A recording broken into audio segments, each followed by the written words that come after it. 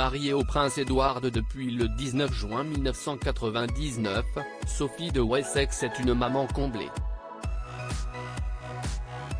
Ensemble, le couple a en effet eu 2 enfants, Lady Louise Mountbatten-Windsor, née le 8 novembre 2003 et James Mountbatten-Windsor, qui a pointé le bout de son nez le 17 décembre 2007. Si ces derniers comblent de bonheur le duo, Sophie de Wessex avait fait une grossesse extra-utérine en 2001.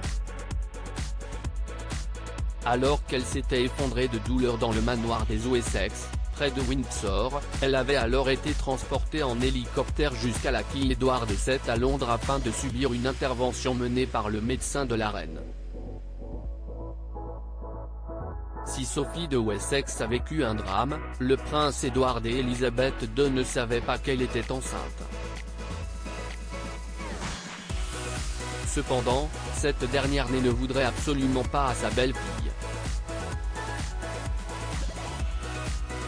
En effet, l'épouse du prince Philippe a tissé au fil des années un lien très fort avec Sophie de Wessex, qui est ainsi devenue sa belle-fille préférée.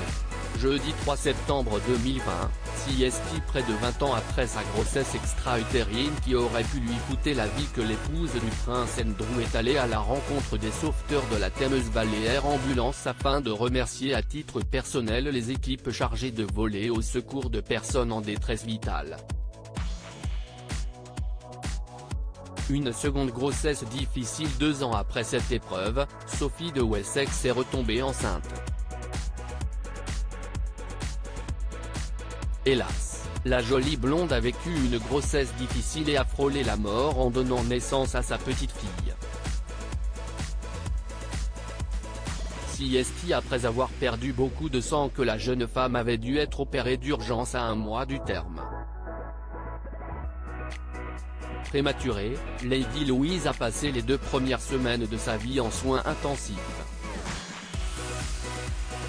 Un coup dur pour la jeune maman, comme l'a expliqué un ami au magazine britannique Daily Mail, c'était totalement traumatisant, et à certains égards, Sophie ne s'en est jamais remise.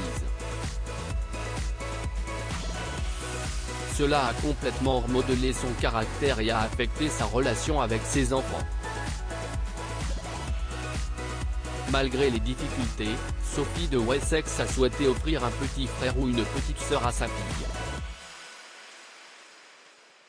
Alors qu'elle avait mis au monde James 4 ans plus tard, le prince Edward avait qualifié son accouchement de beaucoup plus calme que la dernière fois.